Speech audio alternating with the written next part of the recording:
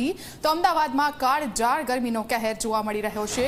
અમદાવાદમાં આજે ફરી હીટવેવની આગાહી રહી। આજે પણ આકરી ગરમીમાં અકળાયા હતા લોકો। ગરમીથી રાહત મેળવવા માટે લોકોએ ઠંડા પીણાનો સહારો લીધો।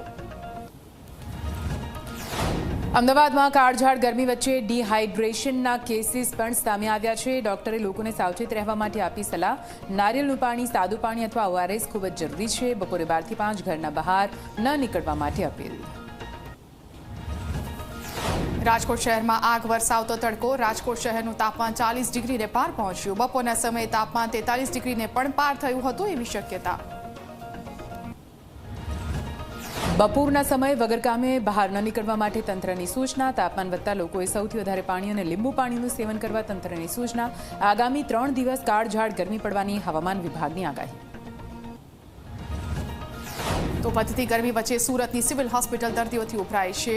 લોકો ગરમી અને લૂના કારણે પડી રહ્યા છે વધુ ને વધુ બીમાર। દર્દીઓના ધસારાને ધ્યાનમાં રાખીને હોસ્પિટલ તંત્રએ ખાસ વ્યવસ્થા કરી। પીવાનું ઠંડુ પાણી, પંખા અને કુલરની પણ વ્યવસ્થા। દેશભરમાં કાળઝાળ ગરમીમાં લોકો શેકાયા। યુપી, રાજસ્થાન, મહારાષ્ટ્રમાં 7 શહેરોમાં તાપમાન 46 ડિગ્રીને પાર થયું। મહારાષ્ટ્રના અકોલામાં તાપમાન સૌથી વધારે 46.9 ડિગ્રી નોંધાયું। અમરાવતીમાં 46.8 ડિગ્રી તાપમાન નોંધાયું। ગુજરાતમાં હજુ પણ કાળઝાળ ગરમી પડવાની અંબાલાલ પટેલની આગાહી। મધ્ય ગુજરાતમાં 43 થી 44 ડિગ્રી અને ઉત્તર ગુજરાતમાં 42 થી 43 ડિગ્રી તાપમાન રહેવાની આગાહી છે। 29 એપ્રિલ બાદ ગરમીમાં ઘટાડાની પણ અંબાલાલ પટેલની આગાહી।